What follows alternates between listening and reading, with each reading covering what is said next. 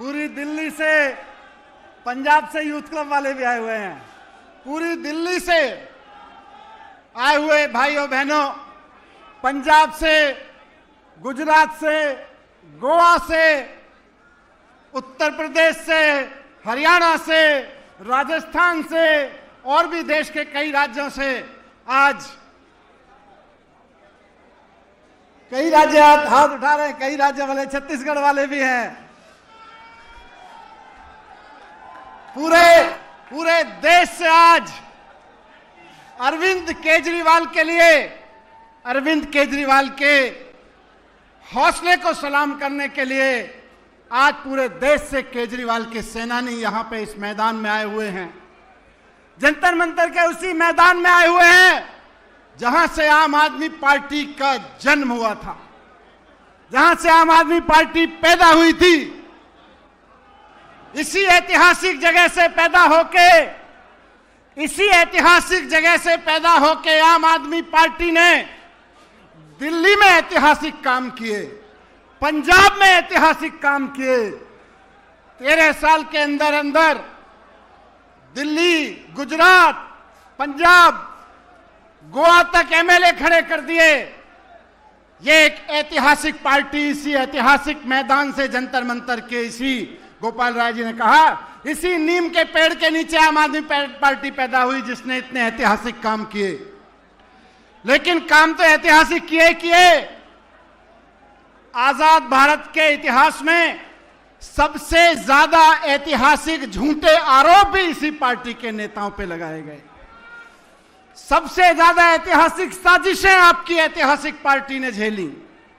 सबसे ज्यादा साजिशें, झूठ, सबसे ज्यादा प्रताड़ना अरविंद केजरीवाल जी और उनकी टीम ने झेली। ऐतिहासिक पार्टी ने ऐतिहासिक काम किए और ऐतिहासिक झूठ का सामना किया, ऐतिहासिक साजिशों का सामना किया, ऐतिहासिक प्रताड़नाओं का सामना किया। लेकिन एक और इतिहास रचा, बहुत ऐतिहासिक रूप से पाक साफ होके, कोर्ट सर्टिफाइड पाक साफ होके आपकी पार्टी आज फिर से जंतर मंतर पे खड़ी हुई है। खाली ये नहीं है कि किसी राजनीतिक मंच से आज कहा जा रहा है कि अरविंद केजरीवाल कट्टर ईमानदार हैं।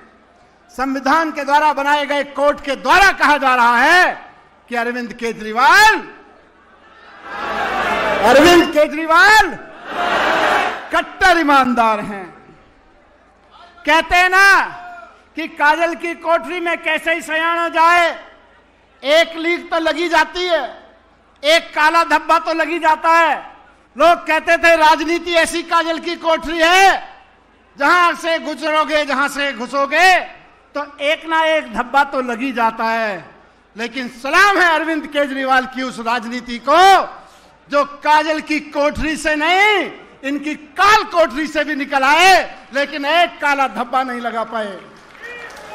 एक धब्बा नहीं लगा अरविंद केजरीवाल पर, एक धब्बा नहीं लगा अरविंद केजरीवाल की राजनीति पर, अरविंद केजरीवाल की सरकार पर और अरविंद केजरीवाल जी की टीम पर। काजल की कोठरी से भी पाक साफ निकल के आई आज हमारी पार्टी। एक जरूरी बात लेकिन मैं कहना चाहता हूं आज। मेरे दादा फौजी थे, भारत की फौज में रहे। मेरे पिता सरकारी स्कूल में टीचर थे। मेरे नाना जी फ्रीडम फाइटर थे। मेरे घर में देशभक्ति का माहौल था। मैंने पत्रकारिता में भी देशभक्ति के भावना से काम किया। हमेशा सोचता था मैं, मेरे दादा ने, मेरे नाना ने, मेरे पिता ने मेरे अंदर देशभक्ति का जज्बा भरा। केजरीवाल जी ने उस देशभक्ति को रास्ता दिखाया और मुझे लगता रहा कि अगर देश के लिए अच्छे स्कूल बनाएंगे तो देशभक्ति होगी। मुझे लगता था कि देश के लिए अच्छे अस्पताल बनाएंगे तो देशभक्ति होगी। देश के नौजवानों को नौकरियां दिलवाएंगे तो देशभक्ति होगी। देश के व्यापारियों का व्यापार आगे बढ़ेगा, सरकार ऐसे काम करेगी तो देशभक्ति होगी। लेकिन आज 10 साल के राजनीतिक अनुभव के बाद और इन सारे अनुभवों से गुजरने के बाद इस जंतर मंतर की जमीन से मैं कह रहा हूं कि स्कूल बनाना देशभक्ति है, अस्पताल बनाना देशभक्ति है, नौकरियां दिलाना देशभक्ति है, व्यापारियों का व्यापार बढ़ाना देशभक्ति है। लेकिन लेकिन आज की तारीख की जरूरत है कि नरेंद्र मोदी से भारत को मुक्त कराना भी देशभक्ति है। नरेंद्र मोदी के अत्याचार से भारत को मुक्त कराना भी आज हमारी देशभक्ति है। और हम अपनी इसको देशभक्ति की परिभाषा में रखें, इसको हमको देशभक्ति की परिभाषा में जोड़ना पड़ेगा। सत्ता की हवस में डूबे हुए चौथी पास राजा की सत्ता की हवस से देश को मुक्त कराना आज हमारी देशभक्ति है। सत्ता में बैठे हुए नरेंद्र मोदी जी सत्ता की हवस के लिए ईडी का दुरुपयोग करते हैं चुनाव जीतने के लिए, सीबीआई का दुरुपयोग करते हैं चुनाव जीतने के लिए, चुनाव आयोग का दुरुपयोग करते हैं चुनाव जीतने के लिए, दिल्ली पुलिस का उपयोग करते हैं चुनाव जीतने के लिए, सारी संस्थाओं का दुरुपयोग, पूरी की पूरी सरकार का दुरुपयोग करते हैं चुनाव जीतने के लिए। इनको हटाना देशभक्ति है कि नहीं है? तैयार हो? हमको ऐसा चौथी पास राजा अपने प्रधानमंत्री के रूप में नहीं चाहिए जो सीबीआई ईडी का दुरुपयोग बन के सत्ता में बना रहना चाहता हो। हमको ऐसा प्रधानमंत्री नहीं चाहिए जो अमेरिका दबाव डाले तो पाकिस्तान के सामने घुटने टेक दे। हमको ऐसा प्रधानमंत्री नहीं चाहिए। हमको ऐसा प्रधानमंत्री नहीं चाहिए जो चाइना हमारी जमीन में घुसा है और वो आंख बंद करके बैठ जाए। हमको ऐसा प्रधानमंत्री नहीं चाहिए। हमको ऐसा प्रधानमंत्री नहीं चाहिए जो अमेरिका का राष्ट्रपति भारत को गाली देता रहे और वो जबान बंद करके मौन में बैठ जाए। हमको ऐसा प्रधानमंत्री नहीं चाहिए। हमको हिम्मत वाला, पढ़ा लिखा, ईमानदार, दूरदर्शी और कट्टर ईमानदार प्रधानमंत्री चाहिए। कट्टर ईमानदार नेता चाहिए हमें प्रधानमंत्री के रूप में। हमको ऐसा प्रधानमंत्री नहीं चाहिए जो हवाई जहाज से उतरते उतरते खीसे नहीं पोड़ता, ही करता घूमे सारी दुनिया में।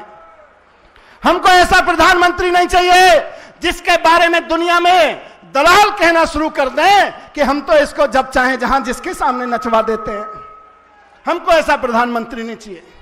हमको ऐसा प्रधानमंत्री चाहिए जो इस देश में स्कूलों की बात करे, जो इस देश में अस्पतालों की बात करे, रोजगार की बात करे, व्यापार की बात करे।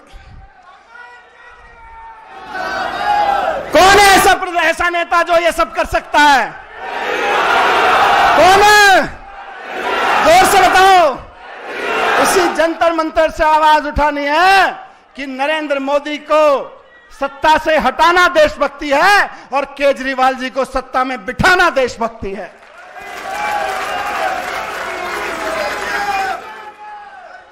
लेकिन खाली अभी तक भी नहीं हुआ।